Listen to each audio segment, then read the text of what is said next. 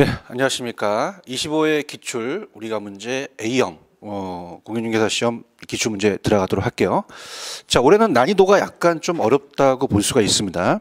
그래서 전체적인 난이도를 먼저 여러분이 이 전체적인 것을 먼저 본 다음에 그걸 한번 들어가 보도록 할게요. 자, 지금 1번 보시는 제1편에서는 총론이죠. 이 총론에서는 보통 우리가 3, 4문제 정도가 출제가 됩니다. 그죠? 그래서 이제 부동산학 특성 이렇게 나오는데요. 개념과 분류해서 우리가 3문제가 출제됐다고 봐야 돼요. 그래서 이렇게 해서 우리가 시험장을 나왔고요. 그 다음에 제2편 강론이죠. 자, 강론에서는 수용급이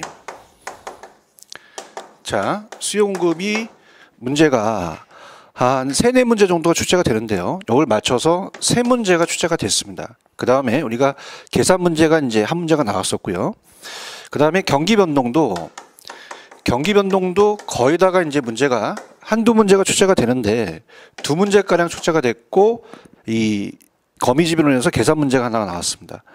자, 그 다음에 세 번째 시장 파트는 한 문제 정도가 나오는데 한 문제에서 한 2문제인데 한 문제가 우리가 계산 문제가 나왔고요. 자, 이렇게 해서 이제 봤고 그 다음에 강론에서 네 번째를 보시게 되면은 네 번째가 공간구조입니다.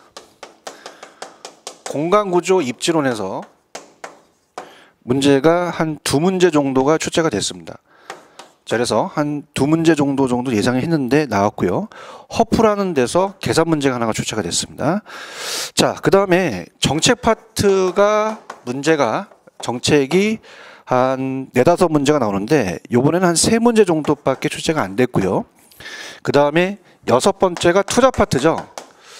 투자가 문제 비중이 높다고 제가 말씀을 드렸는데 6에서 7문제, 6문제가 나왔고 계산 문제가 4문제가량 출제가 됐어요. 그 다음에 7번째가 금융 파트입니다. 금융도 우리가 6에서 한 7문제가 나오는데 7문제가 출제가 됐어요. 그래서 LTV와 DTI는 반드시 제가 출제가 된다고 했죠. 그래서 한 문제가 출제가 됐고 그 다음에 이제 8번째는 개발 파트입니다. 개발에 한 2문제 정도가 나온다고 얘기했죠. 나왔고 그 다음에 이제 9번째가 관리하고 마케팅입니다.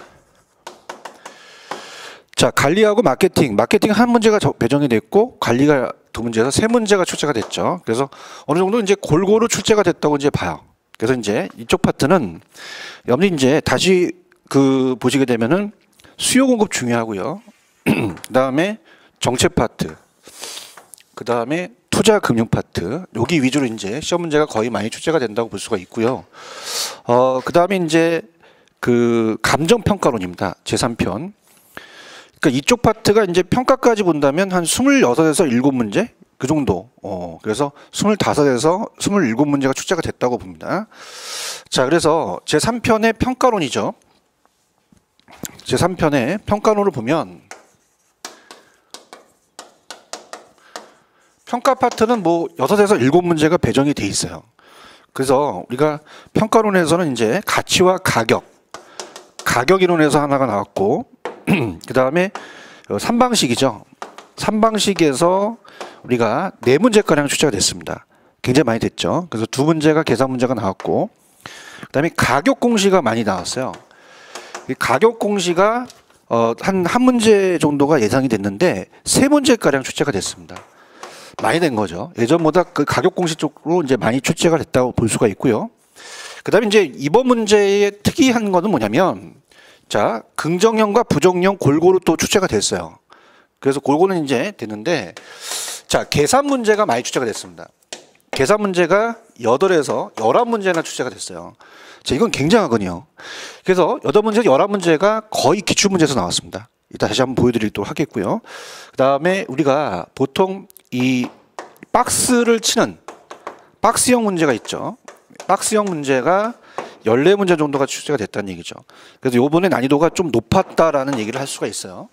그래서 이렇게 우리가 이 하나, 둘, 셋, 넷, 5파트가 중요한 파트라고 얘기를 했을 겁니다. 그죠? 그래서 그렇게 하고 문제를 한 문제 한 문제씩 풀면서 여러분들이 얘기를 천천히 이제 우리가 한번 해보도록 하겠습니다. 자, 1번서부터 이제 풀면서 나가겠는데요. 자, 올해는 난이도가 여러분이 얘기를 좀 들으셨지만은 난이도가 좀 높았다라고 볼 수가 있어요. 그죠? 근데 이제 어차피 공부를 하신 분들은 기본서를 철저히 공부하신 분들은 어느 정도 실력이 되셔서 점수가 나왔을 거라고 이제 봅니다. 그래서 하나씩 우리가 살펴보도록 하겠습니다. 자, 1번 문제입니다. 자, 1번은 총론 파트를 얘기를 하는데요. 자, 건부지와 나지의 특성에 관한 설명으로 틀린 것은 이렇게 얘기했죠. 자, 일단은 여러분들 어떻습니까? 일단 나중에 이제 그 해설집도 나오고 기출문제 해설이 나오니까요. 자, 시간 관계상 틀린 것은 틀린 것만 지적을 하겠습니다. 자, 여기서 정답은 3번이 우리가 정답이 되겠죠. 자, 건부지의 가격은 건부간가에 의해서 나지 가격보다 높게 평가된다. 자, 어떻습니까? 우리가 보통 나지와 건부지 중에서는 어때요? 나지는 항상 토지의 정착물이 없고 건부지는 토지의 정착물이 있기 때문에 자, 나지가 높게 평가되는 게 원칙이죠. 그죠? 그러면 원칙은 건부 간가가 원칙이 됩니다.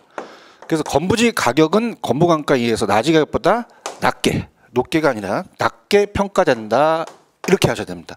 그래서 정답은 3번이 정답이죠. 자, 이 문제를 낸 이유는 감정평가와 연결되는 파트입니다. 그래서 항상 여러분들이 만약에 내년을 준비하신다고 한다면 이 나지와 건부지라든지 후보지와 이행지라든지 필지와 핵지에 대한 우리가 감정평가와 연결되는 부분이 많이 출제가 돼요. 그래서 그렇게 염두에 보시면 되고요. 자, 그 다음에 이제 우리가 2번 문제로 넘어가 보도록 할게요.